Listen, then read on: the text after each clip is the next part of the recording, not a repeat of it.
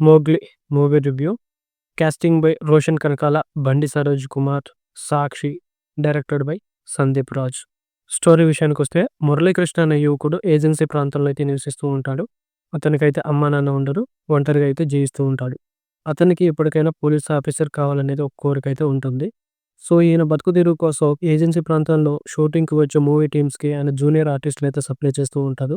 ఇలా సప్లై చేస్తున్న క్రమంలోనే ఆయనకి ఒక సినిమాలో డూప్ క్యారెక్టర్ అయితే వస్తుంది. ఆ క్యారెక్టర్ చేసే క్రమంలోనే గ్రూప్ డాన్సర్‌లోని ఒక మూగ, చెవుడు ఉన్న ఒక అమ్మాయిని చూసైతే ప్రేమిస్తాడు. ఆమె కూడా ఇతన్నైతే ప్రేమిస్తుంది. ఆమె పేరు వచ్చేసరికి జాస్మి. ఇక అదే ఏజెన్సీకి ట్రాన్స్‌ఫర్‌లో వచ్చిన ఎస్ఐకి కూడా ఈ హీరోయిన్ జాస్మి అయితే నచ్చుతుందనమాట. సో, అతను కూడా జాస్మిన్ అయితే లవ్ చేస్తాడు. మురళి మరి జాస్మిన్ లవ్‌కైతే ఇతను ఒక విలన్‌గా మారతాడు. సో, ఇక ఇతని నుంచి వాళ్ళ ప్రేమను ఎలా కాపాడుకున్నారు అనేది ఈ సినిమా. ఈ సినిమాకి రామాయణం లింక్ చేసి చూపించారు. కొంచెం డిఫరెంట్‌గా అయితే ట్రై చేశారు. ఇక ఫస్ట్ హాఫ్ విషయానికొస్తే బండి సరోజ్ కుమార్ గారి ఇంట్రడక్షన్ బాగుంది. కొంచెం డిఫరెంట్‌గా చేశారు. ఆ 10 మినిట్స్ మాత్రం చాలా హై ఉంటుంది సినిమా.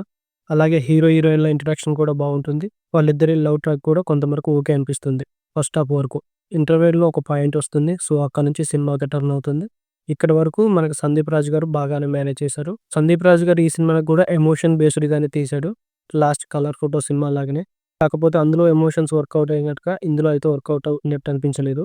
ఇక సెకండ్ హాఫ్ విషయానికొస్తే, సెకండ్ హాఫ్ మొత్తం విలన్ సెంట్రిక్‌గా అయితే నడుస్తుంది. వైవా హర్ష క్యారెక్టర్ అయితే ఈ సినిమాలో చాలా బాగుంటుంది. ఆఫ్టర్ కలర్ ఫోటో తర్వాత మళ్ళీ సందీప్ రాజ్ గారు వైవా హర్షని సెంటిమెంట్‌గా తీసుకొచ్చి ఈ సినిమాలో కూడా మంచి క్యారెక్టర్ అయితే ఇచ్చాడు.